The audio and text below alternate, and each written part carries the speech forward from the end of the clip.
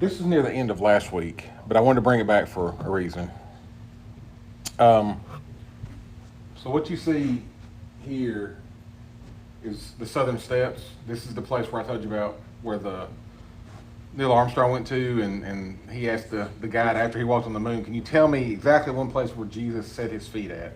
And you'll see a picture of me with my hand on it in a minute. This stone outside this three-tiered gate, he said he put his foot here. Neil Armstrong put his face on it and was crying, and everything else impact. But I go back to it not to bring that back per se. Like I said, we already kind of talked about the Southern Steps a couple of weeks ago. But I was looking back through my notes again and my pictures again and my slideshow again this afternoon. And like I shared before we got here, I have the notes that I took on site. And then I have what I typed up for the blog. And the notes I took on site, even though the blog was quite extensive and everything I typed out, the notes, kind of like preparing this sermon, the notes has a lot more there. And so I was looking back and said, I missed something. There's something I should bring out since this is our last night. Something jumped out at me right here. Remember I told y'all there's 47 mikvahs in the area, which were ceremonial cleansings, and this is right outside the temple. And I'm not going to talk through all these again. These are the steps. And I told you that common tradition of the church says that this is probably where the sermon that Peter delivered at Pentecost was at, because this is the place that was large enough outside the temple itself to have delivered that sermon. And so I bring that up. That's really the point of what I wanted to say, or leads into the point I want to make.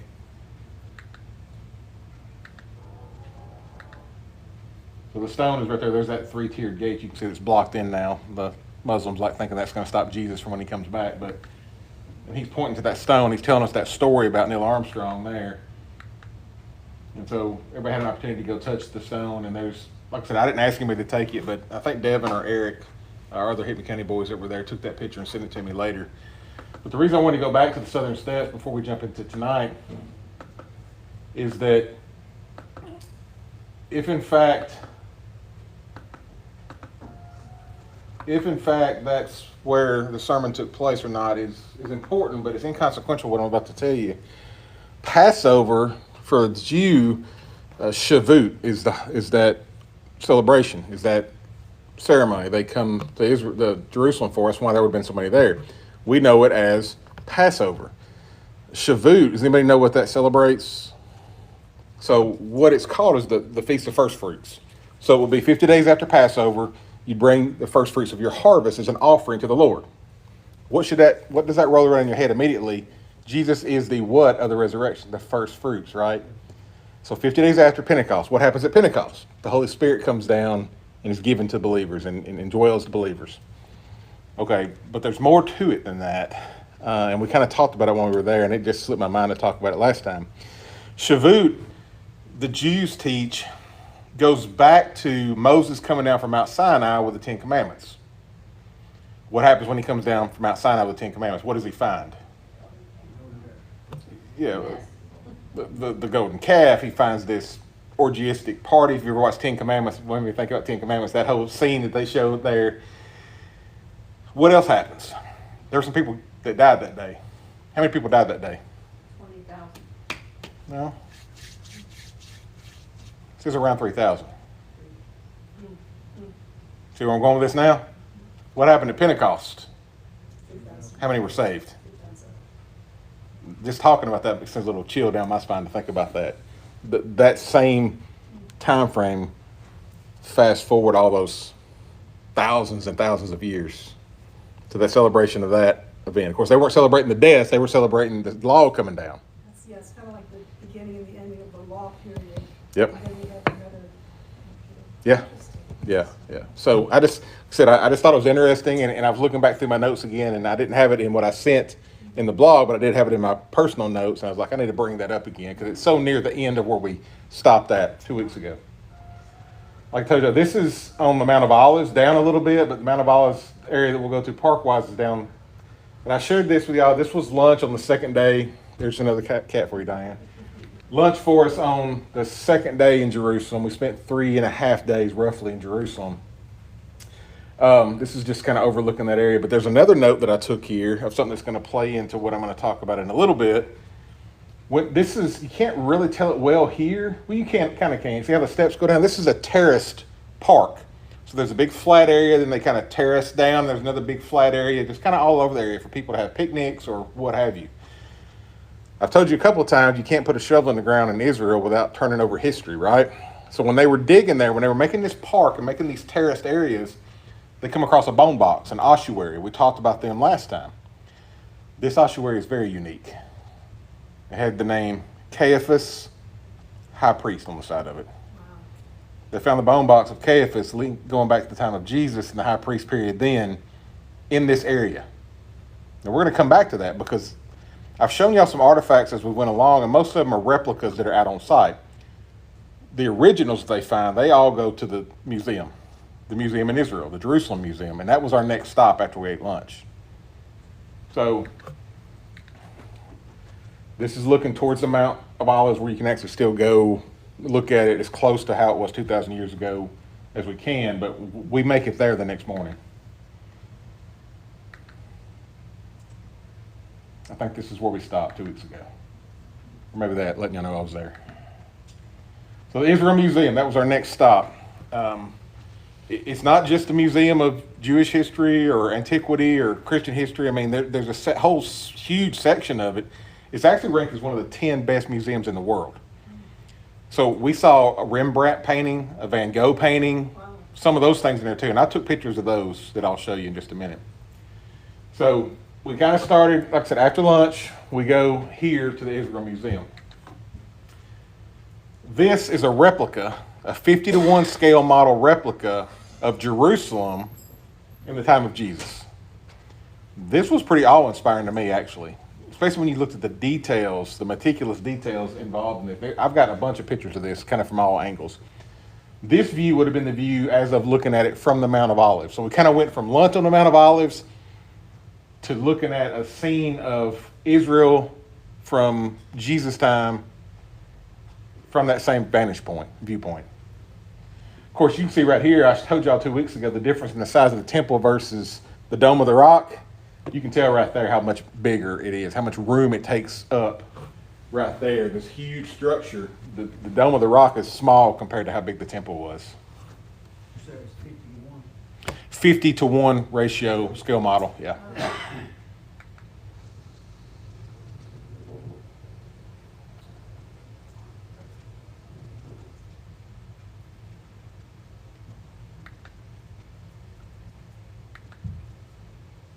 Kind of a close-up there of the area of what the temple would have looked like 2,000 years ago.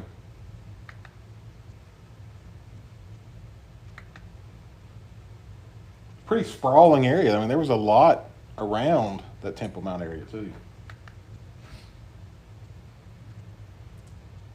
The original city gates for a foreigner coming in, that's how they would have came in through the city gates there.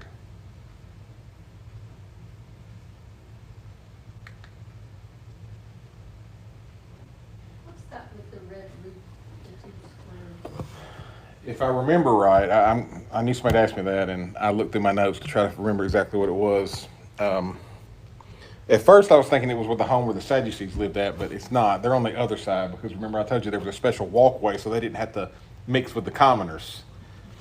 I want to say this is where the training, or like some of the abode of the priests that were being trained and the rabbis that were being trained was right there with the red roofs. There was something distinctive about it, and somehow I didn't put that in my notes. But I'm pretty sure that's what it was. Ms. Carol, I saw you come in. Did you, when you were there, y'all went to see this, I'm sure. Do you remember what that structure was? I don't remember, yeah. I think you're right, I think that's what it was. where they, Now, they would have come in and learned and worshiped and everything inside the temple area, but they had a specific place that they stayed at, and I'm pretty sure that was it.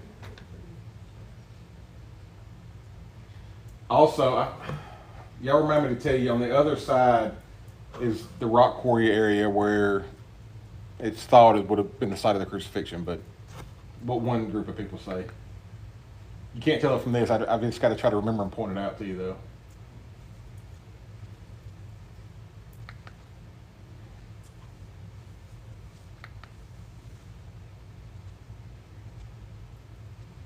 You see the amphitheater over there?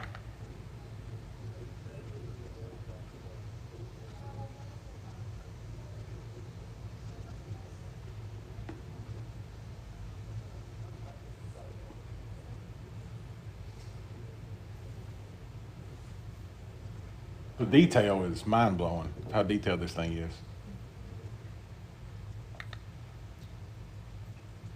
On the back side right there, the Temple Mount area. Now, two things you can notice. You should get your bearings now of direction. Because the big part of the temple, that's where the Holy of Holies and everything would have been in, so that would have been the western side, right? Remember the western wall, and I talked about the Holy of Holies being on the other side.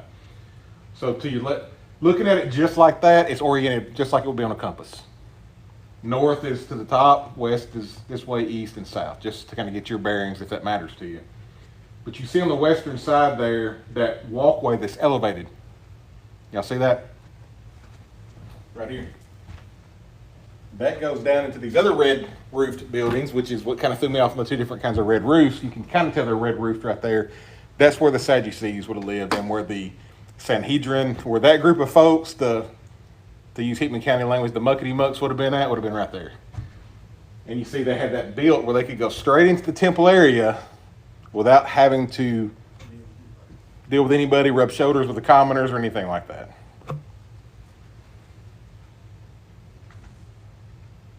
Here's a zoom in of that. You can see that that's red roof buildings over there too.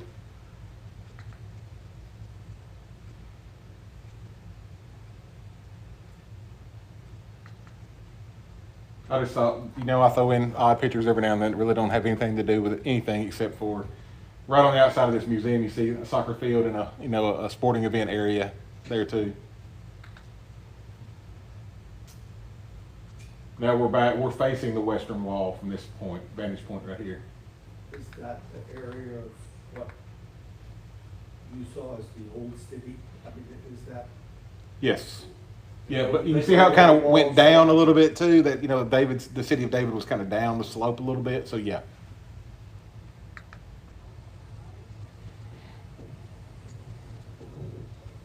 It's kind of hard to tell from that vantage point, but it does slope down a little bit right there.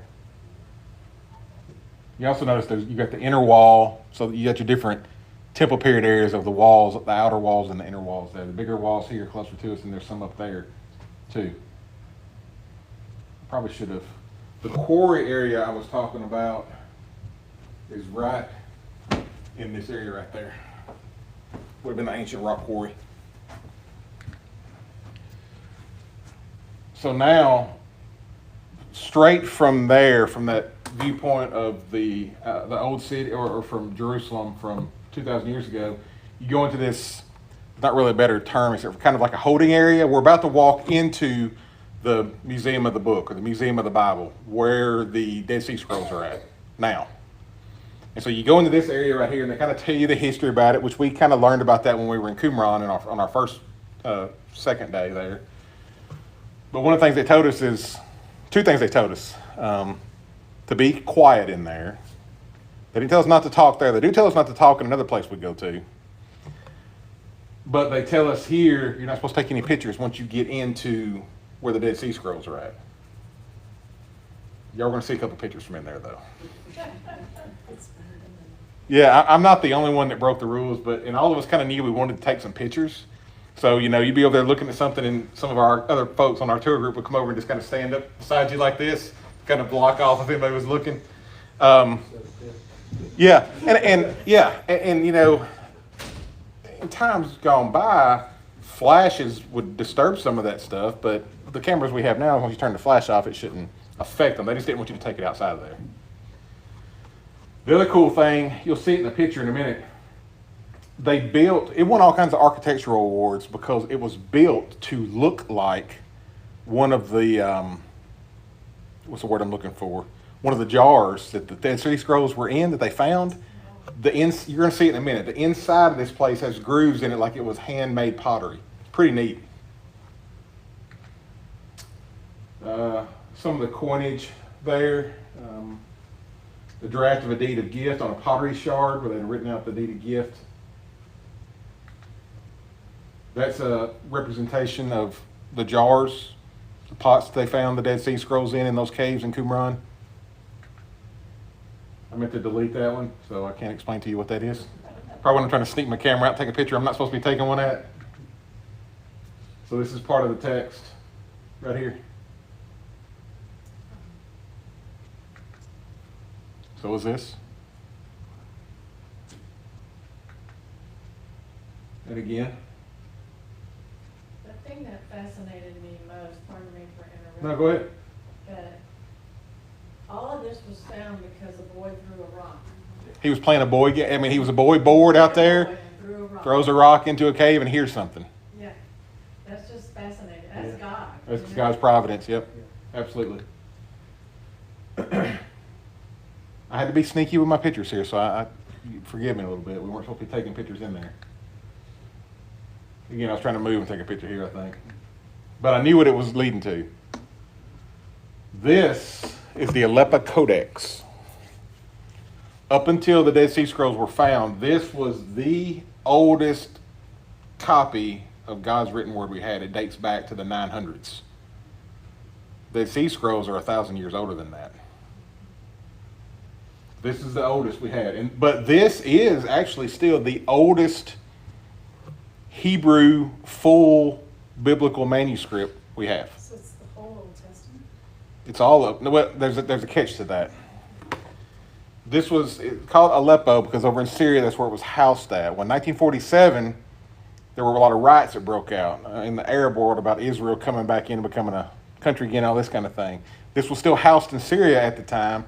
They broke into where it was at. These Arabs broke into where it was at and tore out as much of it as they could, which got all the first five books except for the last 11 chapters of Deuteronomy. And nobody knows where those pages are. We don't know if they were destroyed, somebody stole them and hid them somewhere. It's pretty much the Torah then. Pretty much, well, all the Torah except for 11 chapters of Deuteronomy were torn out of it. But the rest is there. Still, to this day, and it's in that museum. So that physical book goes back to Yes, that Bible? yes, that physical book. Not a scroll, that's a physical bound book that goes back to 930. I printed out something about it. Yeah, it was around 930. It's considered to be the most authoritative copy of the Hebrew Bible written in Hebrew. The Dead Sea Scrolls are 1,000 years older, but the Dead Sea Scrolls contain books from the Hebrew Bible and the Hebrew way of writing, so there were no vowels, it was only consonants. The Dead Sea Scrolls are written in the ancient Hebrew writing style. Let's see. Appearing in Aleppo, Syria, sometime in the second half of the 15th century. So they didn't find it until 500 years after it was written too, the Aleppo Codex. It was preserved nearly intact in a synagogue for centuries until the 20th century. After the 1947 United Nations vote to partition Palestine and create independent Arab and Jewish states, riots broke out in Aleppo. Parts of the Aleppo Codex were destroyed. What remains of the Codex was smuggled out of Aleppo and brought to Israel in 1957. So 10 years later before it ever found its way back to Israel.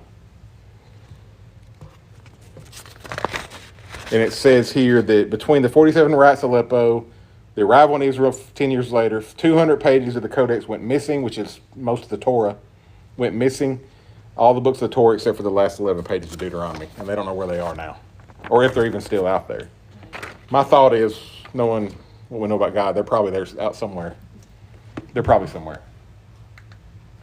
So this is a view back into when they weren't telling me to put my camera up if I got it out. So you can see the grooves that are cut. It's to look like you're inside one of these pieces of pottery, these jars that held the Dead Sea Scrolls.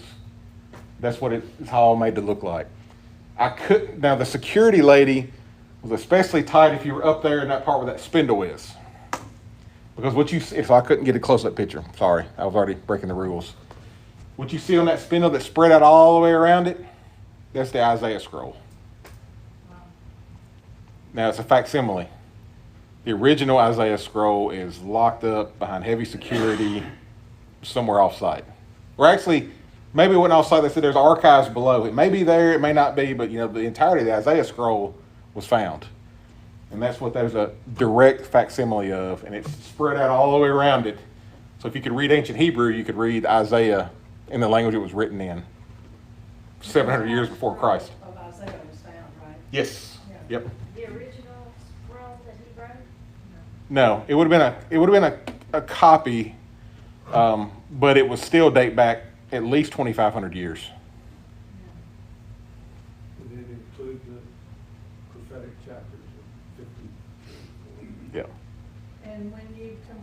if I remember right, or maybe I'm wrong, when you compare translating from their language to our, it's very, it's very Yeah, close. It proves that the translation was carried forward That's correctly. what makes it so monumental that they found the Dead Sea Scrolls.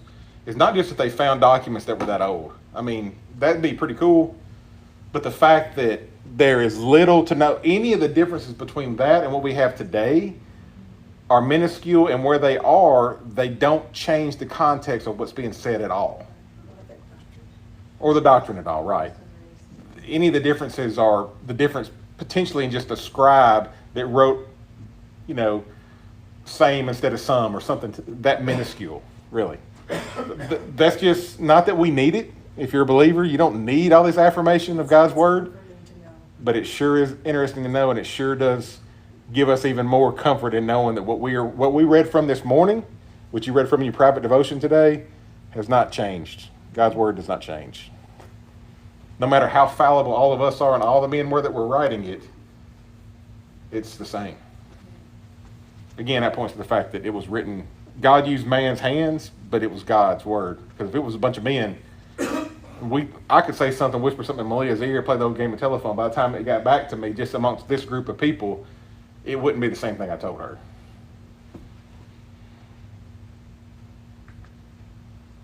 I snuck back in a little bit to get a picture up. So see, it even curves up like a jar would have. It won a lot of architectural awards for the concept and how unique it was. This is outside the Museum of the Book. I wish I could have taken more pictures, but I was trying to make sure I didn't get too many lashes if they did catch me. Is there anything Christian in the Israel Museum? There were. We're about to go into the actual part of the museum itself, the main body of the museum. There's some very modern looking art stuff, you would see outside any museum anywhere in the world. Those are metal. There's a Japanese artist that's kind of known for recreating these trees out of metal, and I forgot what his name was, but he put a big show on in Israel, and that's some of his work.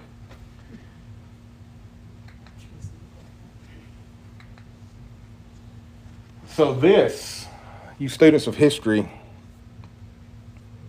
let me get my notes. I want to make sure I get this right, because what this is well,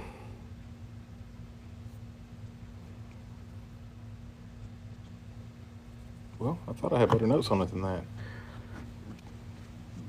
This was taken from Bet Shean.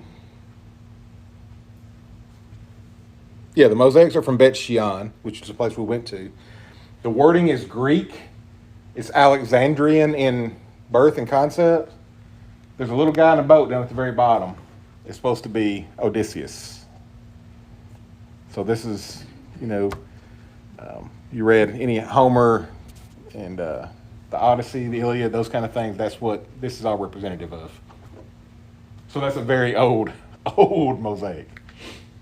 Again, this is ancient Greek, the other part of the mosaic. But you notice what you've got over there in the midst of that. It's Jewish, Yeah, menorah.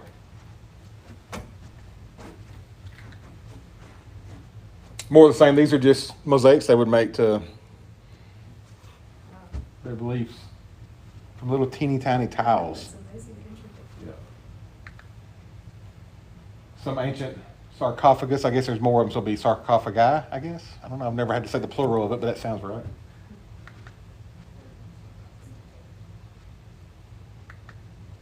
Are those facsimiles? No, those are the real deal right there. I'm kidding, wow.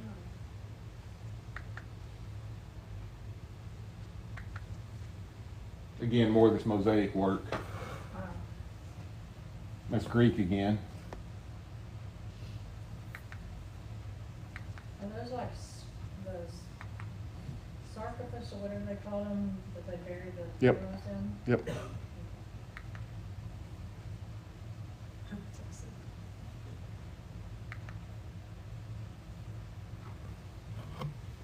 I think the picture in there was trying to tell us that they think this was like a ancient, like the giant sloth. You can see a little picture down there below the bone of what they think that bone was. what it was from. Of course, I don't have to explain what that is. I don't remember the details of where it came from or anything, but that's a body that's been preserved. Some little tiny bone boxes from around the world. I believe this may be in the Egyptian portion of the museum we were in here. It looks like it based on the symbolism characters. Now we go into the land of Canaan area. Some of the pottery from that time, from the time of the Canaanites, from the early times of Jewish history. Now some of these are facsimiles. I can't remember how many of them were, but you kind of hit or miss when you get in here. And it tells you below, but I can't remember all the details of which ones were facsimiles, which ones were real. All this is land of Canaan era stuff. Dan's going to explain to us. What you see down there is an ancient shofar. You can see, I got a close-up of it here in a minute, I think. Some jewelry, some coins. I think a couple of those were hair combs also up the top.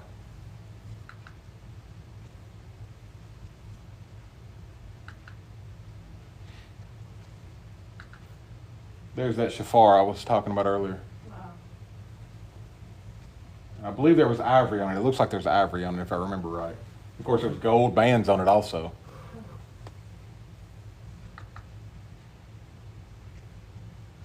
Well, remember I told you guys whenever early on when we were in the Negev area, in the desert area, and you have the Rift Valley that connects basically Europe and Africa all the way down, Europe and Asia all the way down to Africa, and that the last lion was killed in Israel.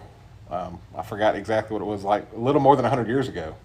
There were still lions coming up into Israel that short of a time ago. Of course, we read about them in Scripture, right? I mean,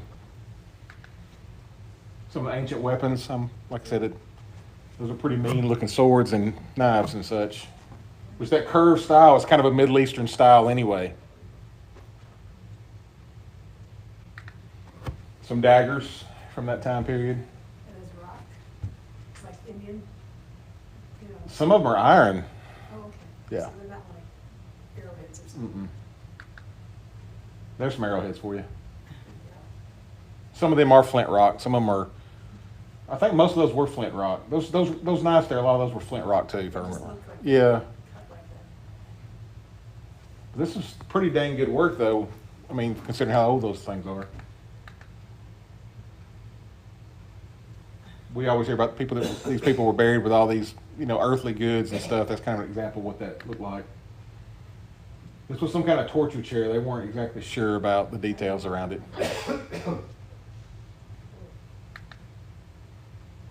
Some ancient pillars.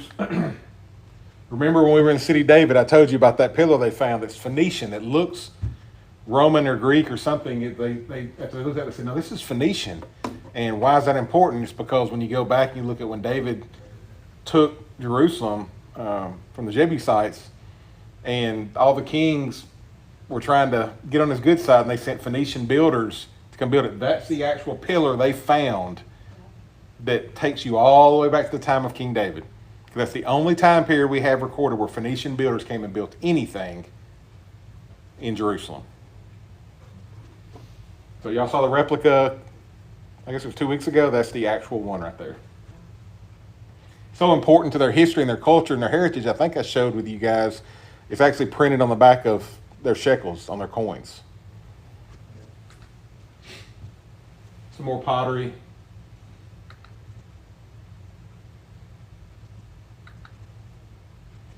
Now, in the ancient world, before coinage was minted, printed, made, whatever, what you would do is they would shave off parts of precious metal off of like a what's that? Ingot? Ingot, yeah, but I'm trying to think of something we may be more of our common vernacular. I mean, it's like a slab of metal, basically, a precious metal, and they would shave portions out of it, and that's how they would weigh it out scale-wise to purchase goods and such. It weighed against whatever this object was here, and that's how that came to be. Examples of some jewelry. Some of the different measuring stones they would use. They knew this stone weighed this much, and they put it on the scale. If you owed 50 pieces of silver for something, that stone will be put here, and you shave off the pieces and put them on the scales until they balanced out. Down here at the bottom is pieces of the shaved off metal. that they would have used. See it outside that jar.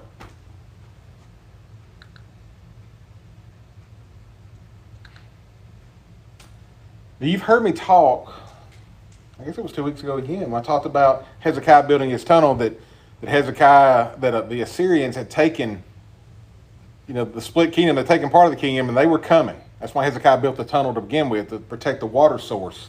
And I told you how bad the Assyrians were. These are descriptions, these are pictures or drawings or carvings, I guess you could say, of the Assyrians. And you can't tell it well from a picture, but you see right here these folks that are kind of sideways and their arms spread out was kind of a form of crucifixion they would do, and where they would peel skin away from people and all these kind of things, and they would impale them through a place where nothing's supposed to be going in, and that's the way they could carry these people that were impaled, is they would come into the cities. They were vicious, vicious people. That's what the people of Nineveh were like this. Yep. That viciousness. Yep. A little bit more of a close-up you can see there. And this is a war train. You can see their battles, but they would actually bring victims ahead of them as they're coming into battle too, to show and strike fear into people. I mean, and it would strike fear into people.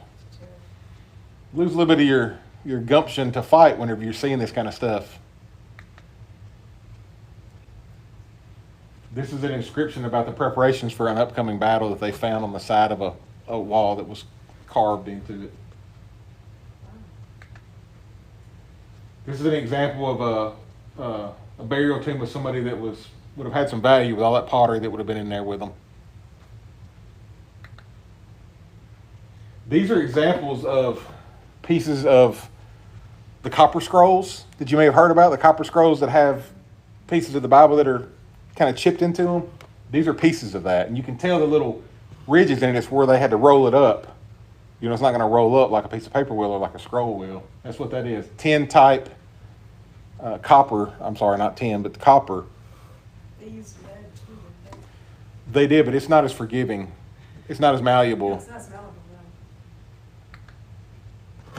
no. Again, some more artifacts that are there. This is a bone box. This would have been more of a Jewish type era bone box. This is an ossuary. You remember when we were, I'm sorry. What they do with those after They would bury it box and all. Oh, they just rebury it? We're going to go, when I start the last day we were there, which we're about there, whenever we get to that part, and we'll look at those tombs, and they would put the bodies in those tombs, in the family tomb for about a year, and they'd come back and they'd retrieve the bones, and they'd put the bones in those small boxes. Then they would usually bury the box on the Mount of Olives somewhere. Oh, okay. Last or 2 weeks ago, the trip took us to Herodium, where Herod had built that place where he could overlook everything. You remember I was talking about the mosaics that were painted on the walls and all that kind of stuff? That's a replica of what that was like.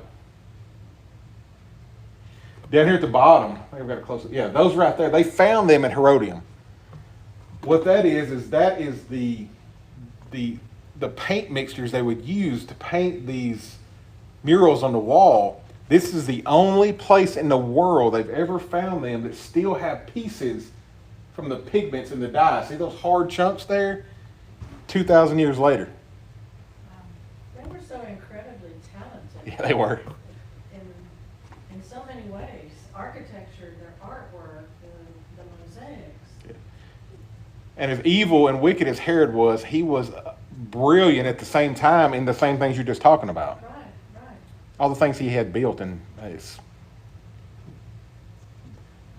we've shared before, and this isn't going to get preachy, I'm just going to make one brief comment. We've talked about it more on Wednesday nights, I think, than Sunday mornings. We tend to think, if you go all the way back to Adam and Eve and those early people we read about in Genesis, I think people think about them as being dumb. They were extremely, extremely intelligent. Look at Job, that's the oldest book. Yes. Some of the finest poetry. Yeah. Yet. In fact, it's a lot better than what we do now. But anyway, everything that sin has done in this world, things are going down. Science tells us that too. Things aren't getting better, things are getting worse. Not just in society, we see that. The only reason we're living as long as we are now is because medicine propping us up. Really. It's not a lifestyle. Yeah. Yeah, it's not our lifestyle for sure. Another bone box. A little bigger one here. This probably would have been somebody of some wealth and importance and stature to have something that, and the ornate carvings in the end of it. This is the box they found when they were building that park. That's Caiaphas' bone box. That's the bone box from the high priest you read about at Jesus' trial. That's the actual box right there. That's his name carved in it. My close-up didn't do too good there, but you can see it in the other picture, thankfully. Classy. The carving, of course, befitting somebody of his stature on the side of that box. I mean, can you imagine they're digging to build a park? They hit something. All right, what have we found now? They pull it out. Hey, who can read this ancient Greek? And it's Caiaphas the high priest. That probably shuts them down for a long time. Yeah, because they don't know what else is around that area too. Another stone inscription. This picture doesn't give it justice. The next picture I'm going to show you will help. That is someone, that's the ankle bone from somebody that was crucified. Yeah. It's what now? The ankle bone from someone who was crucified. Now, The pictures that the medieval church and forward depicts of Jesus with his feet together, nailed through the feet, that's not how it happened. That's not how they crucified people. Their feet were on both sides of the post, and those nails were driven through those bones right above your ankle or right at your ankle into the sides of the post. They found that remained. That's what it would have looked like. Now, we know Jesus' arms were nailed too, but that's an example of the feet that I was talking about of how they would have been crucified. And just for the heck of it, the nails didn't go through his hands. They would have went through his wrist, because if you go through your hands, the weight is going to, those small bones and tendons, you tear right through them. It went through those two bones. What are those bones called? Where's my medical? It's ulna and the ulna and humerus, right? radius and all Radius and ulna? Radius and ulna. Because they didn't want you to fall through and fall off. They wanted you to suffer there. There's that bone box again. A little bit. There's my close-up that actually shows up. I just thought it was cool. This is a anchor from the Dead Sea. That's why how it's so well preserved, because all those minerals and stuff in the Dead Sea preserved it. And they estimate it to be about a 2,000-year-old anchor. Now we're moving into more of the modern art. So you're going to see some of these pictures. I'll kind of flip through them unless y'all tell me to stop somewhere. I'll stop at a couple of important things, I think. But nothing you're about to see has anything to do with really. Well, there's a couple, though, that do speak to more religious terms. But this is some kind of metal that's all bent up and twisted. I mean, if that thing's worth $1 million, I could probably figure out a way to make something like that. But I won't take anything away from the artist. But I'm just saying, me and Marty could get a welder and some stuff, and we can put that together.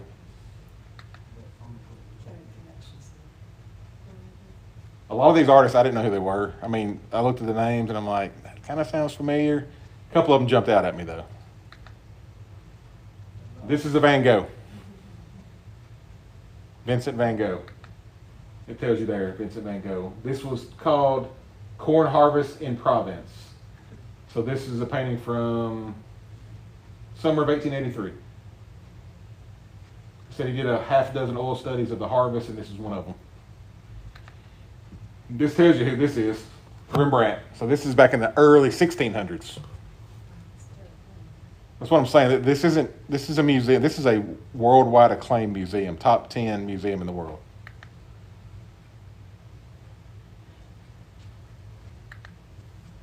Now this has some biblical and Jewish significance here. The serpent raised up in the wilderness. This was a famous painter too. I can't remember if it was maybe a Renoir. It was a famous painter that did this one. Maybe I didn't think. The other thing that's pretty neat here, that's supposed to be the Apostle Paul. Was it me or you, Emily, that stepped over that line? There's a line about 2 feet. Yeah, of course it was me. There's a line about 2 feet away from the wall that runs around. It's like a piece of tape almost. And, well, you know what it is. I mean, there's people all over, and I think I got a little close to take a picture, and these alarms start going off, and I'd stepped over some kind of invisible electric fence, or like I was a dog with a shock collar on, didn't know I was stepping over a fence. This was just a quote I thought there from Psalm 132. This is us leaving, going back to the hotel for the evening. Everywhere you go, and like I said, remember, this is like a sixth of the size of the temple structure. But look how massive it stands out. The temple was 6 times that size.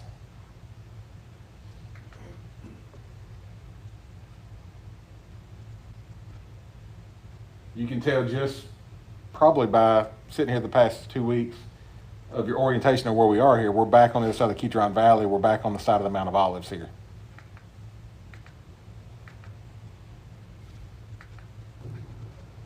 Of course, there's the cemetery down below us.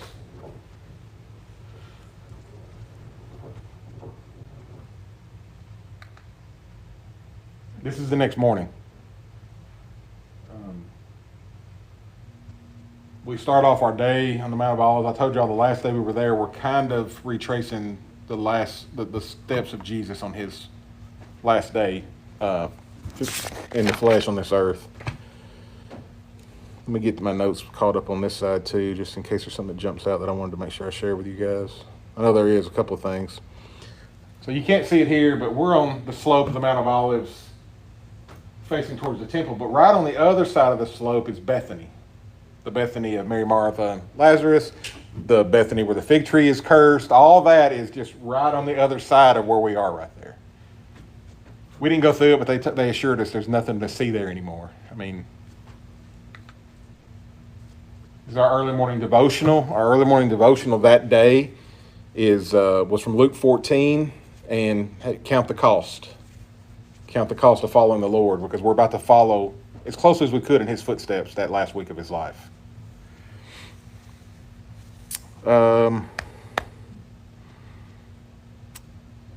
Bethpage is relatively close. It's where the donkey was chosen to fulfill the prophecy of Zechariah 9, and did it before he entered the city. We talked about that area, Sukkot, which is where the palm branches, Palm Sunday we think about. And I think I shared with y'all, maybe I did it when I preached on it on the Palm Sunday, that the palm branches we think of as peace, but also it was symbolic of war and victory in war. The Maccabees actually used palm branches as their symbol of victory when they won their battles and they tore down the statue of Zeus and all that kind of thing. So the palm branches that are laid down as Jesus was coming into the city, Hosanna, Hosanna, it's not just from a peaceful standpoint. They're more thinking about it the way we think about the people in that day were looking for their Messiah to come in and be the conquering military person. So that's another little tidbit of histories. They wanted Jesus to defeat the enemies physically then. The week of Passover in Jesus' time was Passover Thursday. Zechariah's prophecy, returning to the Lord and Jews from all over and wanted to be buried there. So they didn't use coffins. They would be wrapped. They'd be resurrected. That group of people would be. So after we got through with our devotional there, I think the wind was blowing too bad for y'all to hear what Mark's even saying here, but it's just...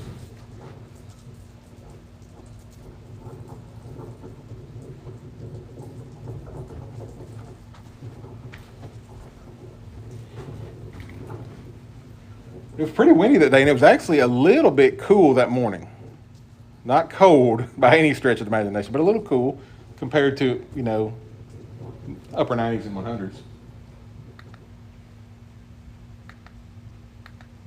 You see all these burial places behind us. I'm going to say something else about that in just a minute. This is the same place that the past 2 Sundays I've been preaching on the resurrection, and you saw the picture from the other side of the Kidron Valley. When I was taking a picture back of the tombs, these are those same tombs, but we're right there at them now.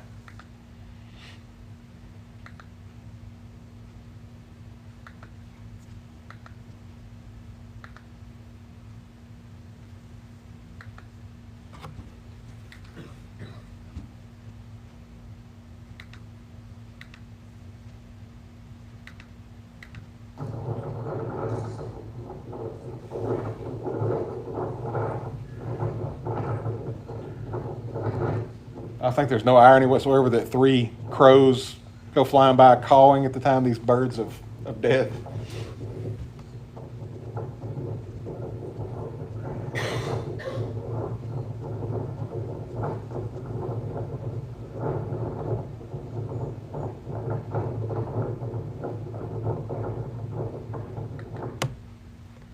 We were both there.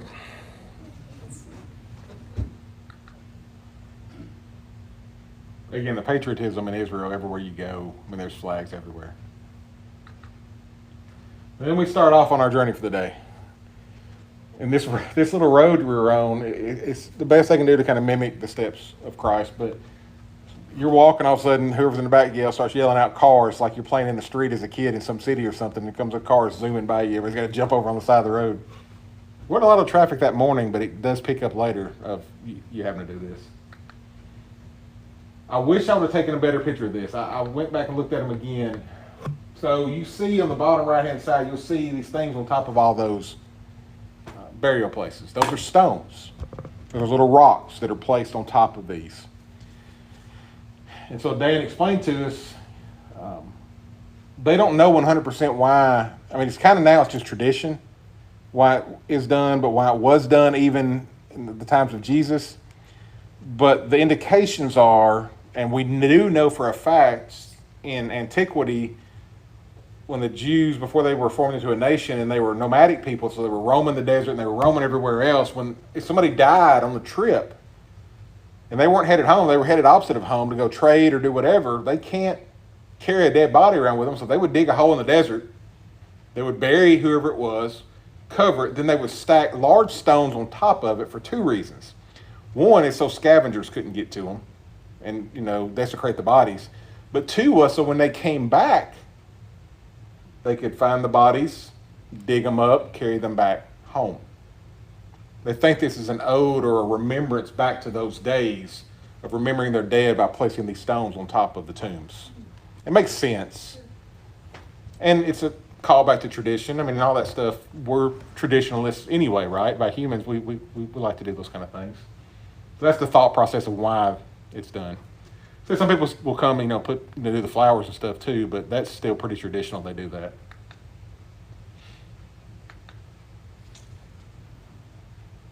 These pictures don't do justice to what this elevation and slopes are, but I saw a picture as I'm looking back through them again that helps a little bit with that a little bit later on in the slides. You can kind of tell people are walking down at a pretty good slope right there. Where we're going now, though, is to the Mount of Olives, a place that's not been covered over with stones or a park or anything. It's actually part of a Russian Orthodox church, and they allow us to come in there and spend time in prayer and contemplation and doing devotionals and all that kind of stuff. And that's where we're about to go. That's where we're on our way to right now. No shorts, although some of us had shorts on that morning, I think. Yeah. Yep.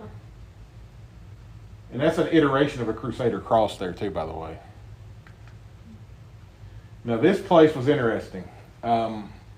This is a group of bone boxes. Y'all have seen enough of them now to know what they are without me telling you. These are bone boxes. What's interesting about these bone boxes, though, two things. First of all, there are ichthys carvings on the back of them. Ichthys is the early sign of the Christian. The fish symbol that we know of, this is a family of Christians that dates back to the 1st or early 2nd century. Early. Some of the first believers in the Lord Jesus would have had their bones in these boxes. That's why also they're protected like this, and this is also why they're on the grounds of a church, to keep them protected.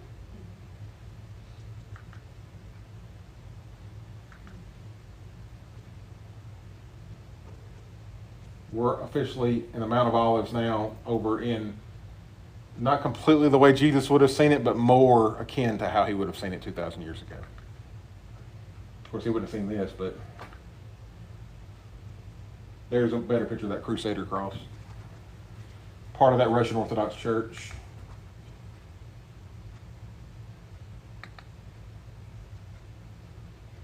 All Latin. No toilets for free. 2 shekels or 50 cents to use the bathroom.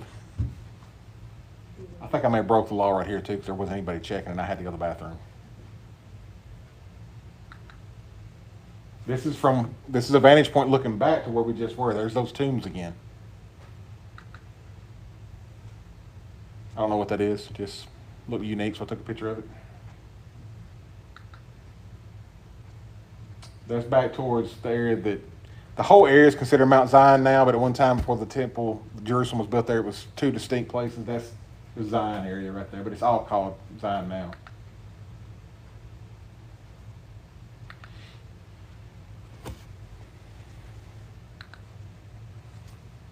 Kind of the symbolism of the Russian Orthodox Church.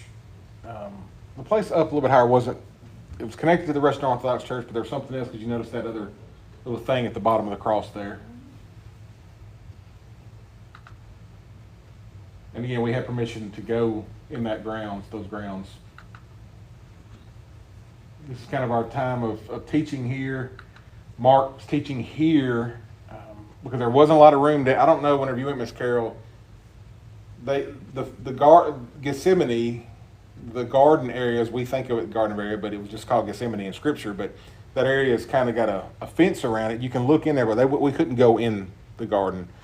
So Mark used this time. There's a little goblet behind him. You can see there, a cup. He used this time to talk about the Lord drinking down the wrath. You'll see him in a minute holding the cup up. So y'all weren't able to go into the garden? The church is here, the garden's here. There was a fence around the garden with the little pebble walkways between everything, and they were doing something there. That they were doing some kind of, I don't know. Yeah, we were able to go in. Of course, that was the We were right there. I mean, if any branches were hanging over, we could touch them. We could go right up to the fence, and some of those olive trees, those ancient olive trees, are right there at the fence anyway. Oh, yeah. So we were able to see it. We just weren't able to walk through.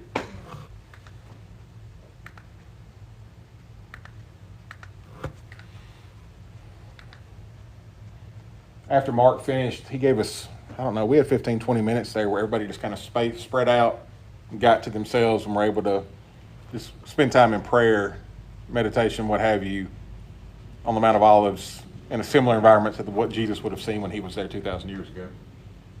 Of course, he spent his nights there, several nights there as well in the garden. Or the Mount of Olives, I'm sorry. And even from there, just imagine seeing something 6 times that size, the temple. That's what the vantage point would have been.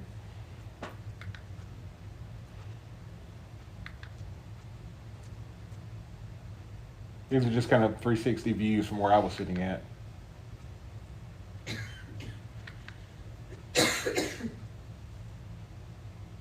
Pretty rocky terrain there too, if you hadn't noticed. I meant to bring my little bag of goodies again that I brought back and I showed some of y'all the first night we were here. So I've actually got another stone. Y'all saw the stone from the Sea of Galilee. You saw the stones from the riverbed where David got his stones to slay Goliath. I've actually got another stone that found its way in my pocket from the Mount of Olives that I brought home with me too. Like the cat that just jumped in there. Yeah, it jumped in there. Opened my pocket up. Next thing I know, there's a rock in there. This is the spires from that Russian Orthodox Church. Blaze, make sure I'm behind her right there, I guess. It's a picture of her turning around looking. We're going down again. And we're going from the Mount of Olives to Gethsemane through the Kidron Valley back up to the temple area. That's the whole plan and route of this trip. We did take a detour here that wasn't on the schedule. This is the bathroom where I did have to pay. There was somebody standing there that wouldn't let me go in unless I paid. Notice the tile was ingrained in the mortar. I couldn't tell when I was looking at it on the computer, but I can tell now. You mentioned Bonnie called the concertina wire outside that church area earlier. Look at the top of it. You may not be able to tell. The picture may not be clear enough. Prior to concertina wire, or even barbed wire, that's pieces of glass. Mixed in with this ancient mortar, they would have pieces of glass they would stick into the mortar. So somebody trying to come over that wall at night, they're going to get ripped up by glass that they embedded in the mortar that was sticking up. Do what? This doesn't go all the way back 2,000 years ago. I'm just saying prior to concertina wire, razor wire, and stuff like that. We're talking about a couple of hundred years right here versus thousands. Okay. Yeah, I should have clarified that. They've even found remnants of concrete that the Romans used. That's kind of what that looks like. More than mortar is a concrete type mixture. This is the church right beside of. I showed y'all this 2 weeks ago from the other side. This is that church, the Church of All Nations, the Garden of Gethsemane. I'm standing at the corner of Gethsemane and that church right there. It's ran by Catholics, Franciscan monks. So as I shared with y'all a couple of weeks ago, I can't stand in the Catholic Church long. I've got to get out. There's too much idolism in there and stuff that just doesn't sit well with me. Y'all have heard me say that stuff enough, but I do go in there for a second. Just some pictures of the architecture on the outside of this place. Please, no explanations inside the church. Once you go in the church, you're to be completely silent. If somebody's asking a question, be quiet. We'll talk about it when we get out of here. You're supposed to be completely silent in there. Confessional booth. Obviously, that does not date back to that old. That's relatively new, but I talk about enough about you don't go to man, you go to God in your prayer. I thought I need to take a picture of that confessional booth because that's what that is. Some of the engraving on the ceiling, I guess I was moving there too. I was probably shaking trying to get out of that place. An ode to, I forgot the details about what that was all about. It just was carved into the floor. I mean, want to take a guess what kind of tree that is? Besides Carol, because you know what kind it is. You already answered. It's an olive tree. We've had a couple of discussions at work about this. I won't go into the full detail of the story, but when Miss Carol was there 15 years ago, roughly, she was able to go into the garden. You see some of that pebble pathway right there, and one of the Franciscan monks, she asked him about what kind of tree is that, and he told her it was an olive tree and it was 3,000 years old. So immediately the light bulbs go off in her head. 3,000 years old, they would have been there when Jesus was here praying. Our Israeli guy, and I told her, I said I didn't want to deflate what he told her, but our Israeli guy, as I've shared with y'all, says he hears people all the time say, this is exactly 100% where this happened, or this is absolutely this, and he said, no, maybe. So maybe it's 3,000 years old. Dan, our Israeli guy, informed us, he said he's heard people say that. The problem with that is this. He said he can guarantee they're over 1,000 years old. Absolutely guarantee it. Olive trees, when they're 500 years old, they stop, the stem cells that produce the bark on the outside of the tree stops being produced. And at that point, they kind of start, that's why they look so gnarled up, is they start busting out because there's not new bark being produced. And they get all gnarled up. And there's 7 of these. They call them the 7 giants. There's 7 of these in the garden. He said the reason he can, but so then you think, well, 500 years, how can you guarantee anything beyond 500 years? Well, you can, because when the Crusaders came, those trees were ancient and giants then, and they were tearing a lot of stuff down to build stuff they needed made, right? I mean, Israel's been stripped of its wood many, many times over the centuries. They preserved those 7 trees, the Crusaders. That was a little over 1,000 years ago when they came through there. And they were old then. So really, you could probably say they're probably at least 1,500 years. If we're getting closer to that timeline that Franciscan monk told Miss Carol, but more importantly than that, we're getting closer to the time Jesus was actually there. We only got to go back 2,000 years to get to that point, not 3. So pretty good chance they recognize how old they were. They were probably at least 1,500 years old. And they could have very well been much older. They still produce olives. They still make olive oil from those trees. All of the olive oils that come from those trees, those 7 trees, It's used for special. every bit of that goes straight to the Vatican. It's not used anywhere else by anybody else. It goes to Rome, it goes to the Pope. In their services and ceremonies, the olive oil, the anointing oil, and everything else they use it for comes from these 7 trees. They might not all 7 be producing, but that's where it comes from, is this group of trees.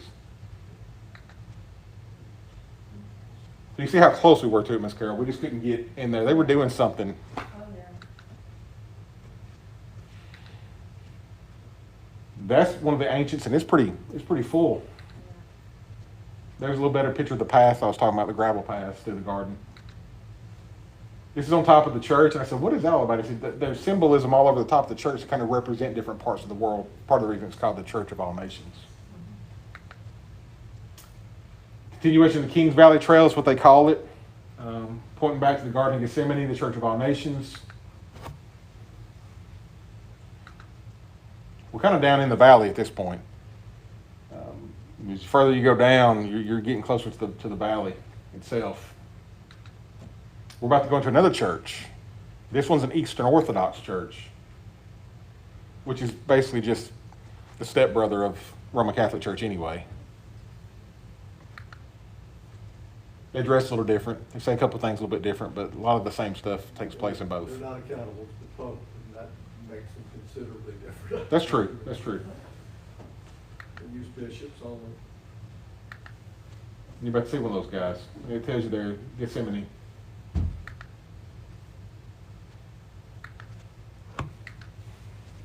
An ancient, basically this would have been back around the time of the Crusaders too. That's potentially a 1,000-year-old cross carved right there.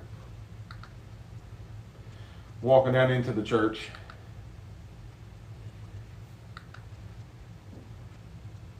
Again, no talking, no smoking, all the other kind of things. No sitting. See that bottom right-hand corner? You ain't supposed to put your hands in your pockets. No guns. No guns, yeah. They kind of stopped me from that when I went to the airport anyway. No old cell phones. I don't know if didn't ask if we could use new ones or not, but no old ones.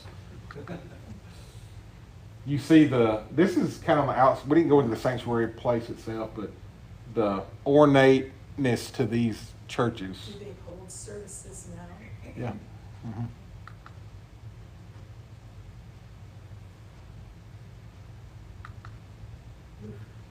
This is a shrine to Mary right there.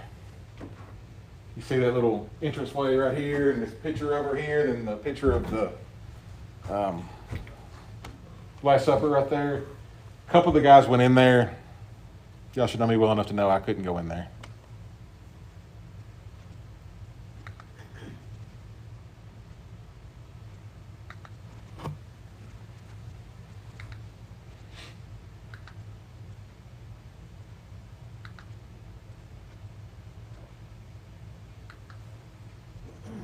Lionsgate Road.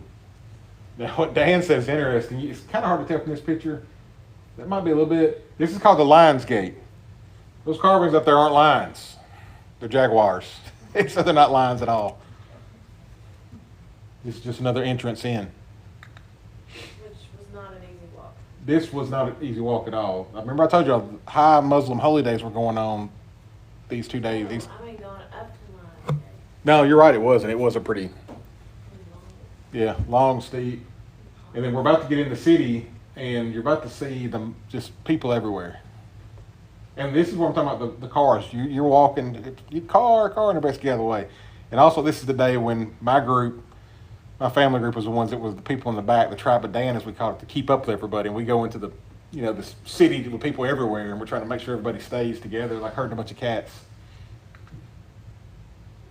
Kind of points out some of the Church of the Holy Sepulchre, the Temple Mount, the Western Wall, and Damascus Gate. All those are pointing towards the direction we're going. Bethesda. Some of y'all saw a couple of these pictures when we preached on the healing at the Pool of Bethesda, where the man was trying to get in the water. We just talked about this in the first part of John 5.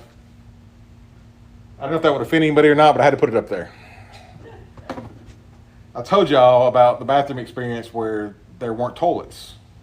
This is a Christian church, but it's in the Arabic, Islamic part of the city. So they actually have signs in there telling their Islamic neighbors, if you come in here to use the bathroom, sit down to use the bathroom. Sit, don't squat. Sit, don't squat. This was the church of St. Anne. It's right outside speaking of cats all the time, there's a cat walking across the parking lot right now. The church of St. Anne, this is right outside the Pool of Bethesda. Which, Pool of Bethesda, you go around the corner, there's the sheep gate that Jesus would have entered into that last week of his life.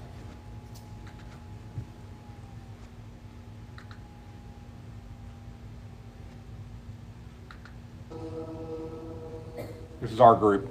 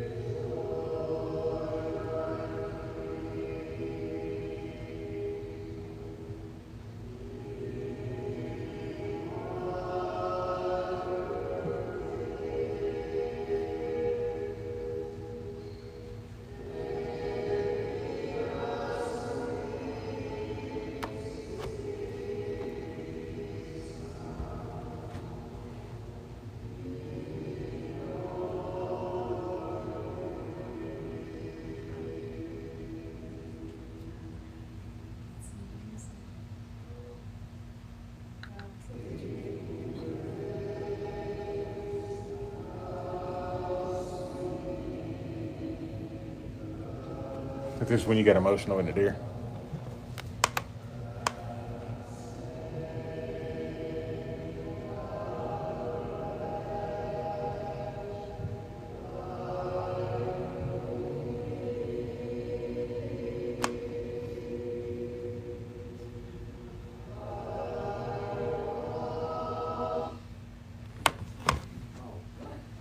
The acoustics in that place, as you can I tell, was gonna say, isn't it that church that they say is one of the most acoustically designed buildings in the world? we didn't know we were going to sing. I think they maybe I can't remember the young guy that led the singing. He's also the same guy when we were at the Sea of Galilee that got his guitar out and was leading worship there too. Is he the one sitting at the piano?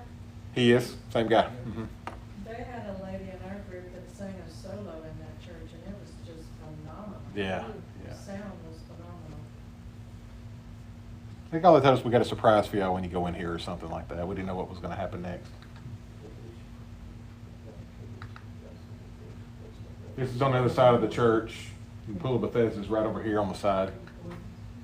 I'm going to flip through these. Stop me if you want me to. There's probably 10 of these, but this is the pool of Bethesda, where the man was sitting there wanting somebody to lower him down into the water that Jesus heals and then rats Jesus out. But that was all part of God's providence and plan, because he lays into what we've been preaching on the past 3 weeks, that section of scripture in John 5.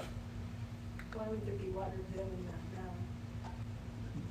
Earthquake in 749, the just over time water being blocked off here and there. Imported, it probably was. Yeah, it would have been. Well, remember also that guy, there was a bubbling effect there somewhere, so it would have been that there have been times when the spring water would have spring fed into it. Yeah.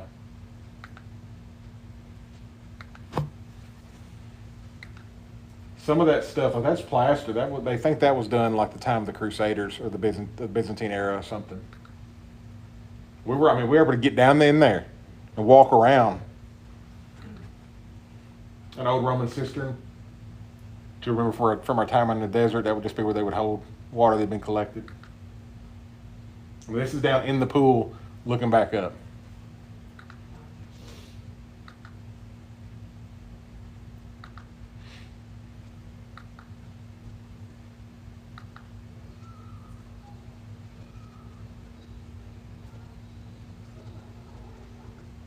Of course, we know the pool of Bethesda account in John 5 didn't happen on his entry into the city, his last couple of days on this earth. But like I said, the sheep gate was right around the corner, kind of that path. He probably would have came right back by it again.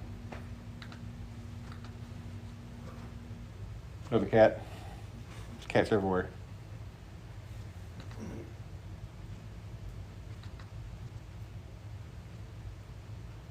We were all pretty beat. This is the last day of the trip, too. So you can imagine at this point, the emotions and the adrenaline and all you've been running on for 11 days now, you're getting close to that crash point, but you're retracing the steps of the Lord at the same time. So you're emotionally kind of all over the place, and all this stuff is going on. We haven't even made it to lunch yet, and you can tell people are starting to taking its toll. This is a group. This is French. They're called the White Fathers. This is from, I'm trying to remember exactly right. These French Christians who established churches in Africa, and they call them the White Fathers because they were white Frenchmen who established these churches in Africa, and they're the ones that kind of oversee this area. That's why I didn't feel so bad about going in that church and singing, because it wasn't a Catholic-run place. Coming back out, trying to get into the city. And when I say city, I'm talking about the old city, the Temple Mount area and all that kind of stuff. Herod's Gate, Ascent. You're going to see a couple of these signs, Ascent. So you know you're going uphill at this point.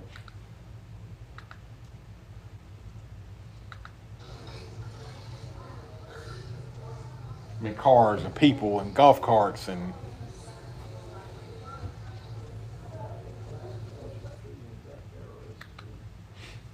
Now, this is an interesting place, too. This is kind of the start of the Via Dolorosa. The Via Dolorosa is the trip that our Lord took with the cross to the place of crucifixion. The interesting thing is on there's all these mile markers, or not mile markers, these markers you'll see on the side of buildings and other places with numbers, and they associate to this Catholic map to tell you this event happened here, this event happened here, this event happened here. There's about 7 events that happen on that map that are nowhere in Scripture. Maybe there's. Yeah, just the way Catholics had stuff anyway.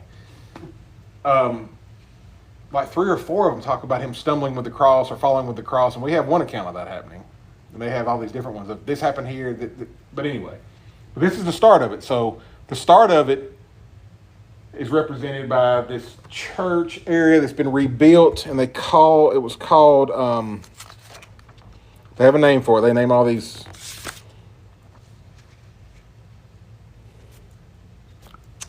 Anyway, it speaks to, it may be a picture of it that tells me in a minute, but they're saying this is the area where Jesus was on trial in front of Pilate. That's what I'm trying to land at. I was trying to give you all the fancy names and words, but that's what this happened in this area, they say. When Jesus was brought before Pilate, would have happened right here.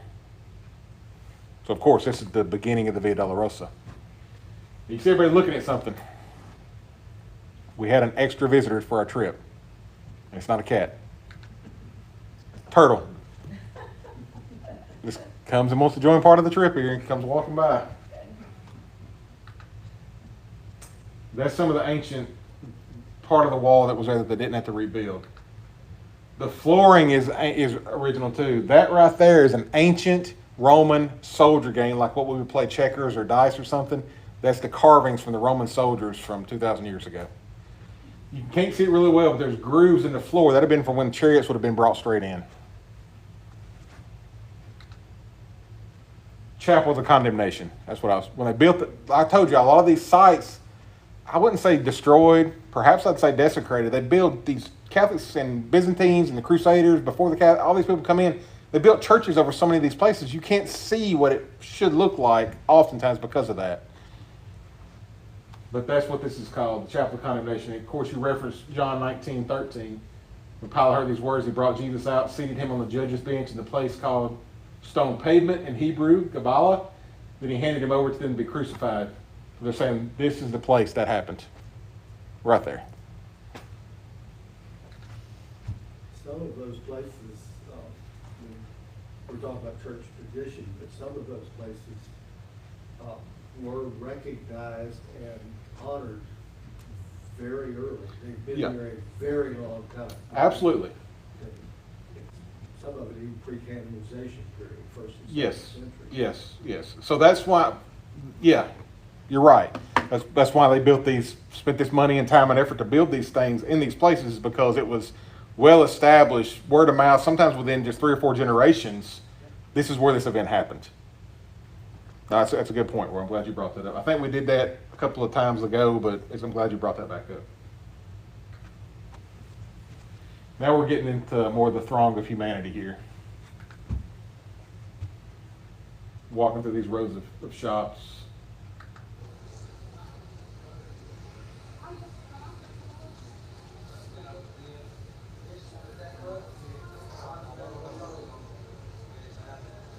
You see the guy walk by with a flag. Some of the tour guides would walk by with some kind of flag, so you get lost, you'd know, all right, there's my people. Our guys didn't do that. Just let you get lost. They trusted that they assigned the tribe of Dan, and whoever would just stay back would make sure that, keep an eye on everybody.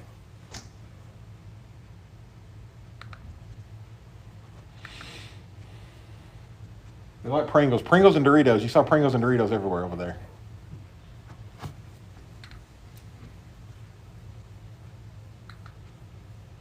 Strawberry shortcake. The doll. Spider-Man. We saw Spider-Man and Mickey Mouse. Just about every time you saw some kind of stuffed animal or something like that, there must be very popular toys over there. Very popular characters. Of course, you know that'd be popular over there, little toy guns. This is, I think, us walking to me just taking a picture down an alley. Another ascent sign, so we know we're going up even more. So the Arab quarter, looks like the Arabic is coming first on some of these. Yeah, we're in the Arabic quarter there, the heavy Muslim influence. Al Barak restaurant. Going through security again, so you know we're getting actually into the temple grounds area right here. Can't tell well, I just took a picture of his submachine gun he had there, a little bullpup rifle. Now you know for sure we're getting back in the temple area, because there's the mosque I told you about that's inside the Temple Mount area. We didn't actually go all the way in here though. We go up here and we get on the bus. Look at the people, just everywhere. There's a fence here to protect you from getting down into where they're doing some excavations at, but you're just being pushed against it the whole time.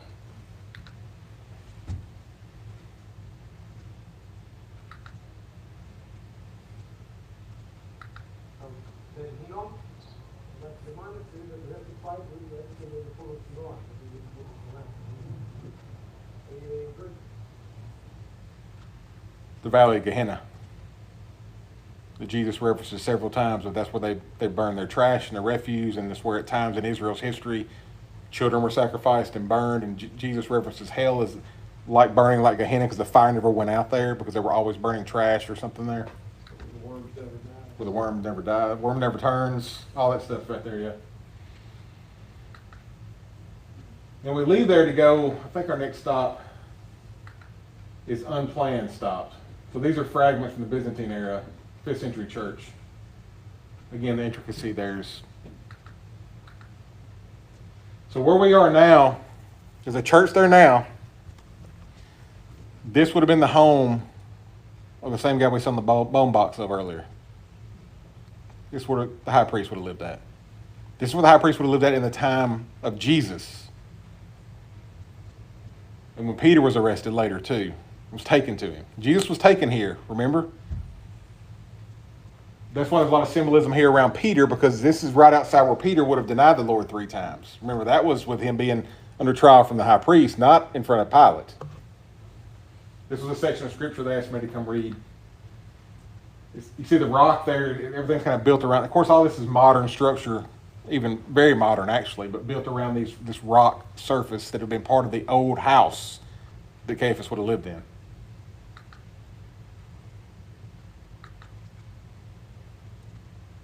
You see everybody looking down in there is the dungeons or the prison cells, the jail cells that they would have held potentially the Lord in that evening for a little while. That's looking down into it. Underground caves, guard room, the pit or the dungeon.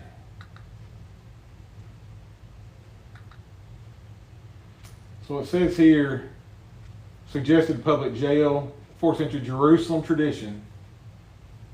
Not recorded in the gospel, but Jesus would have been scourged not only by Pilate, but also possibly by Caiaphas, and where the apostles Peter and John would have been held for scourging and preaching. In the same cells we're about to see. This is just kind of getting down to them in more modern way. They got glass area. That they really believe this to be something sacred because they won't let you get close to it.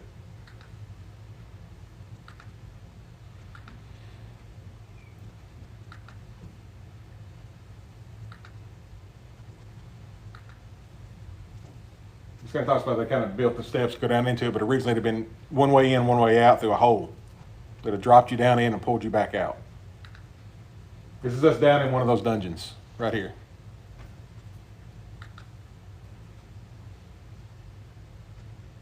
Do things smell musty? Certain places they did. There's not as much moisture over there. You know, you kind of need that moisture to have that musty smell. But when you're down in a place like that, you got seepage through the walls and stuff at times too. You see more in a place like that. It wasn't when we were down further south in the Negev in the desert area. But there were places there that definitely smelt that. When we were, the sewer tunnels was a little bit musty, and there were some other smells that we smelt in there too. But some of the places in Jerusalem, there's a higher humidity there than there was other places. You need that for that musty smell.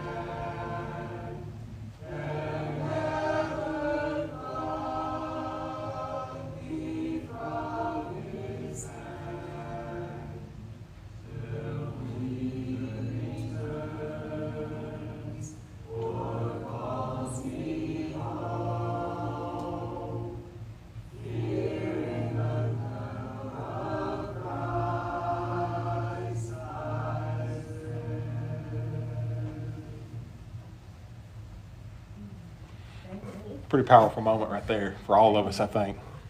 I mean, we're in a tomb, a jail, a dungeon. Christ may very well have been in that one. Peter may very well, John may have been in it.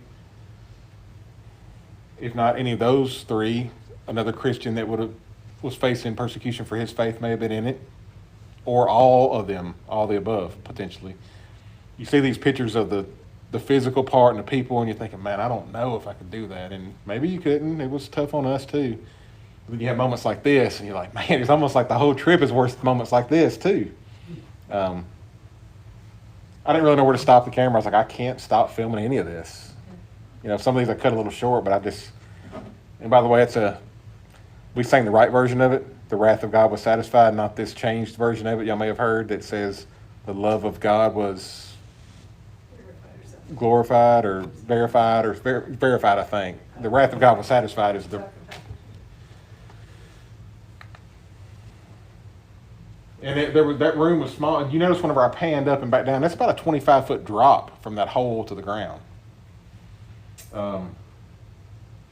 Me and Eric and somebody else couldn't even get in there. It was such a confined space. These are the steps outside. These are the steps that were uncovered. Christ would have went back and forth 3 times or 4 times that night of his crucifixion. These are the steps. You can't get on these. I couldn't go over there and put my foot on them or my hand on them and say, this is Jesus would have stepped here, because they wouldn't let you. These are the actual steps that would have went across the Kidron Valley, or did, or do still. They're just uncovering them. They're trying to uncover them all the way up to the temple area. He did walk, but there's Yes. almost no doubt about that. Yes. Multiple times that last night of his life on this earth. Peter, who was on top, the rooster. The rooster would crow 3 times. He would deny me. This is still part of that path of just uncovering. This is looking back down the hill. This is lunch that day. Remember the lunch that day, dear? We were firmly in the Arabic, Islamic area of town. We went to this restaurant. They didn't ask you what you wanted. They just brought you something out, and it was falafel, which I was fine with falafel. Falafel in a pita roll. One lady had some kind of health dietary things. They got something different for her, but I don't think you ate maybe a bite of that. Not even more than that. Well, you didn't eat much of it. But I mean, we're sitting there. We're sitting down, and people sitting at the table with you that are locals and all that kind of stuff. We were out rubbing elbows with the locals for sure when we ate lunch here. It was hot. It was hot in there. It was hot outside. LIE restaurant.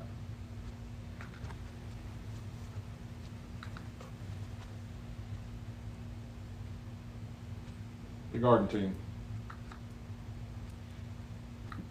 This place, if you ever want to go over to Israel and stay for a while and feel like you really got some purpose, they're always taking volunteers. I forget the name of this group. A lot of people there are retired Americans, Brits, South Africans. They kind of run this area. It's not assigned to a specific church like a lot of the areas are, and Christians can volunteer and go over there and stay and serve for like 6 months to a year and just kind of be tour guides in this area. It's pretty neat.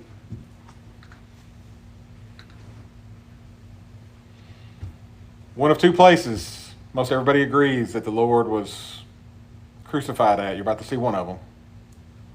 The Garden Tomb is an example of what the Garden Tomb would have looked like. There's not much discussion that this is probably the actual tomb or not. It's the one you'll see on see in pictures and stuff, though. But Dan said it's right beside where they think Golgotha was. He said it doesn't fit really the narrative. But there is the place of the skull, one of the 2 places they think Christ would have been crucified at. Our guide doesn't believe this is where it happened. And the evidence he gave, Did you put something in the ground? that's one of the main things that he and I were talking about on the side, of you can't drive. The thing's got to be in the ground to hold a man up on it to begin with. Second of all, it's elevated. That's not Roman style. We've talked about that. Romans want to have you on full display right down there when people are coming into town. They see somebody that's been crucified. You see the face there, though, kind of points to that. You've heard of that, the place of the skull. That's speculative there. There's two places. To Roy's point earlier about they had pretty good evidence, there's two places they feel strongly about. One of these two places it could have happened at. The other place is where I lean towards. We'll get the Church of the Holy Sepulchre. We'll get to there in a moment. But you can kind of see, especially if you didn't have this left side of it, having the face and the eyes and the nose there.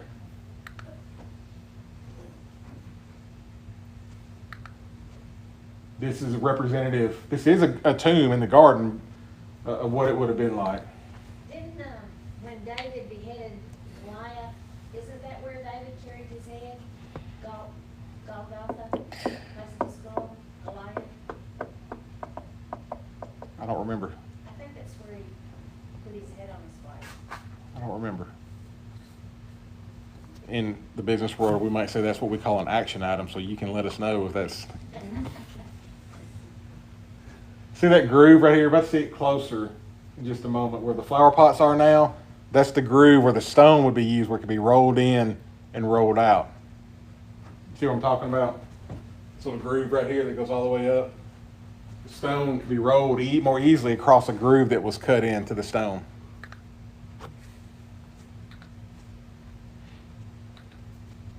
There's the flower pot sitting in it. That's this groove right there where the stone could be rolled. Well, most tombs were used for several bodies, several burials, correct? Yes, yeah.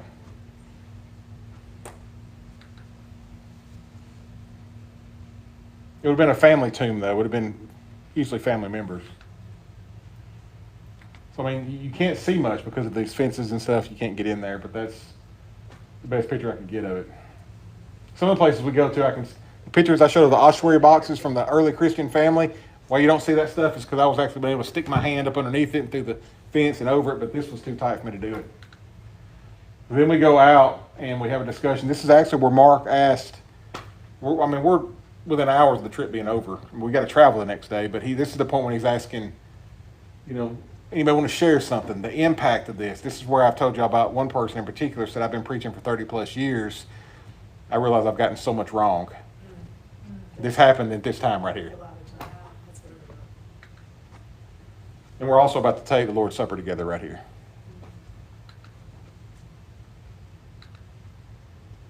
So he goes, he's teaching here on much of what we said today, this morning before the Lord's Supper.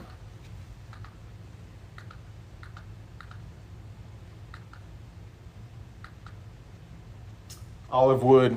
Emily and I've actually, I don't know if I brought one of these or not, but they actually gifted us, not that one, but they gifted us these little tiny olive wood carved out communion cups like we used right there. And that's real wine, by the way, not grape juice. It's grape juice. It's fermented grape juice, though. It's real wine. I think, That's the ones we took home. is that the same ones we took home? I thought they gave us another one. No, you're right. He did. He said, take these with you. Yeah. Okay. Sorry. I'm like, what are you talking about? Yeah, no, Melissa took a drink and she looked at me. I said, yes, it's real.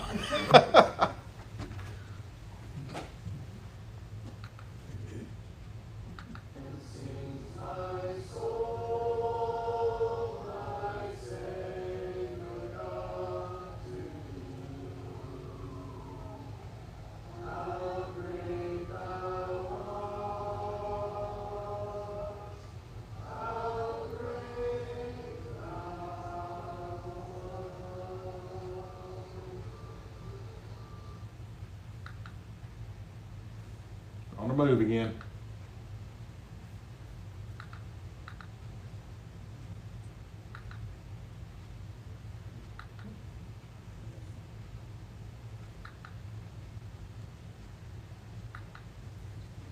This is an example of how steep the roads were. You can see the angle of that, how they had to level off that table so they can sell their goods. That's a pretty good representation of how steep these roads were we were walking up and down.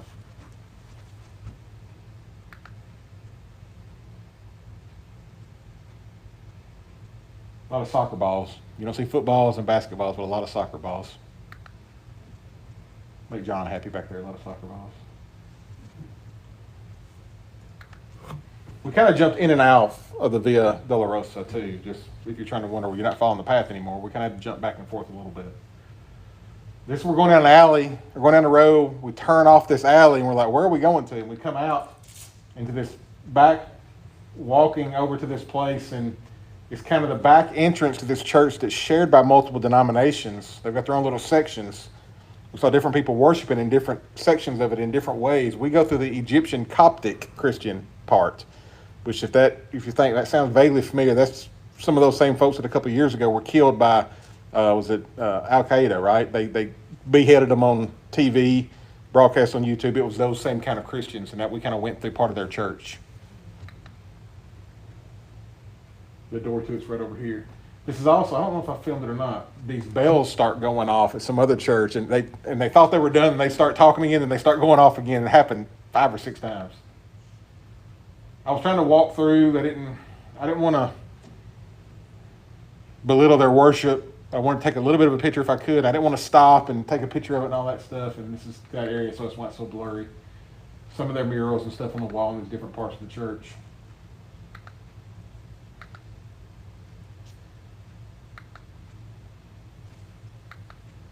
Now we kind of came into the back way to get to the Church of the Holy Sepulchre. That's what we did. We did that a lot. They took us to places off the beaten path, off the tour guide itinerary. The Israeli guide loved it when Mark would say, hey, can we go here? Can we go in this way? He's like, yeah, because he wants to show off these parts that not your general tourists get to see. You don't usually go through the way we went through to get to the Church of the Holy Sepulchre. Usually you go through the front door. We came in the back door through the Egyptian Coptic church and walked through 2 or 3 other churches in this same building to get to the one that everybody else sees. We saw stuff nobody else sees. This is part of that quarry I was trying to point out to y'all in that Jerusalem picture at the very, very start. When they were digging in this quarry a couple centuries ago, prior to the Lord walking this earth, there was an outcropping based on the way they would quarry back then that was left standing right in the center of this quarry, almost like an island. This is all part of that. And there's little places throughout the church that shows it. This is the second place that is thought where Jesus could have been crucified at, the Church of the Holy Sepulchre. This is just a part of the church built around it. You can see part of that original structure in that quarry. This, they say, Malia got to put her hand on it, and I thought I had the picture up here, but this, they say, was the slab that Jesus laid on when he was in the tomb. Can't confirm it. Just can't confirm it. Like the Shroud of Turin. Like the Shroud, yeah. You can't confirm it, but they hold to it being true. But there's potential that was the actual slab that he was laid on. Potential. For a while. Excuse me? For a while. Yeah, not for long. This is another place here, Veneration of Mary, below this. They tell us that's where they said that they thought Mary's tomb was, or her birthplace, or something. Jesus. That is right. That's where they said that his tomb was, right there. They built a church around it. Mark nor I are very confident in saying that it was, but... And they were doing something to it at that time, too. But what they say, those that hold this place being the place of crucifixion and burial, was that at the top of that outcropping is where he was crucified. Again, we got some problems there with rock. I'll get to it in just a moment of what he and I spoke about it outside in the courtyard quite a while, and we both kind of had the same agreement here.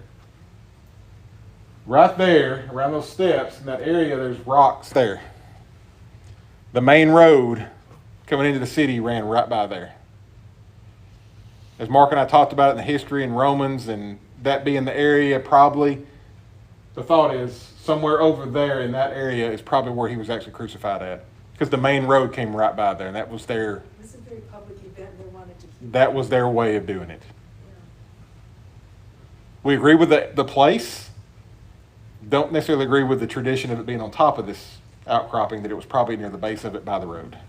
It just fits with the way they did things. Well, also, the whole crowd wanted it done, that would be kind of their assurance that they. Yeah. Yeah. I just took a couple of pictures because the guy's sitting there this whole time, but it was right in that area, would have been on the outside of where that outcropping from the quarry would have been at.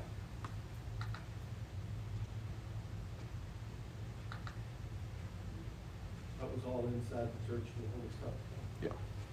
Again, we were in there when actually they were doing having a service where they came out. They made all of us stop, and we kind of got over the side and crowded in, and they were doing a service, and they were walking down, chanting in Latin, swinging the incense and all that kind of stuff. And again, if y'all were looking forward to seeing that, I'm sorry, that stuff, I couldn't film that. But there's a place where they could go up and look down over the top of the service, and several people went up there. But at this point, I think I'd shared my feelings with a few people, and about half of us went outside. We didn't want any part of it.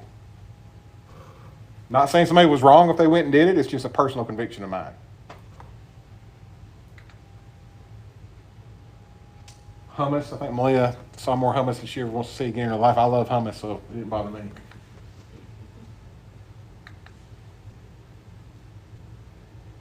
This is our last meal together. This is the end of our trip. We went to this place where you could overlook the city and enjoyed a meal together at the end. And they fed us like we were royalty up there. I mean, it was course after course of food. It was all kinds of stuff. Some pastas and salads and all that kind of stuff you see here. There's some falafel right there, actually. Those little hush puppy looking deals. That's falafel. Shish kebabs, pita bread. They had lamb, they had beef, they had chicken, kebabs. That's a funny picture I took. He's got like 6 of them in his hand right there. He didn't eat all of them, but there's Mark. Not teaching at this point. We're getting ready to. We passed the card around. Everybody signed it. Passed 2 cards around. 3. It ended up being 3, but Mark got 2 cards that we were to give to Dan, our Israeli guide, and to Eli, our bus driver, who cooked all of our lunches for us except for 2. And so we put a little bit of money in there for a tip, signed the card, had some words to say in the card, and then we went and got a card for Mark also and did the same thing that he didn't know about until the very end. This is also where he's talking about how those 2 had never worked together, but you would never know it. I mean, just smooth as silk, worked so greatly together. I mean, Dan knew when to go into the history part of Israel, and of course he used some scripture from time to time too, and then Mark it was seamless. They told us there were some late night conversations the night before about how they had to do this or that based on what was going on in the city. And Dan had his contacts in Jerusalem of, hey, this is going on today. What are y'all going to do? But all that stuff worked out. Everything worked out perfectly. Except for, what's his name? They had the kidney stones a couple of days. Everything else was very, very smooth. Ellie's our bus driver. Y'all haven't had a chance to see a picture of him yet. That's him in the white shirt. He spoke almost no English. Almost none. So we gifted him a shirt. See, Mark's got on the same shirt that Malia's got on. I've got one. I wore it 2 weeks ago. It's actually the shirt I baptized people in the last 2 times too, on purpose. I made sure that's the shirt I come and baptize people in. His kingdom come. But gifted Ellie with a shirt, card. We gave him a tip, pretty generous tip, I believe. Same thing for Dan. You can kind of see Dan's smile there. He really enjoyed our group too. I think it seemed like it for sure. Of course, I know he's getting paid to do it, but you can tell when somebody's genuine, and he was genuine. Both of them were. This is Jeff. He gets up to thank Mark for all he had done for us, give him the card, give him the money, and all that kind of thing. It's kind of a white. Look at all the food on the tables. I told you, I thought I'd lose 15 pounds over there. I lost like 5 because we ate so good at breakfast and lunch. It was after you come back. Yeah, when I come back and got sick, that's whenever I lost a lot of weight. One of our buddies, LaDonna, she actually was a guidance counselor in Hickman County for a couple of years at the high school. And she now lives in West Tennessee. I can't remember the town that that LaDonna and Rhonda live in. They're good people. All of them were. There's me and her 2 buddies that are looking out for her over there. The end.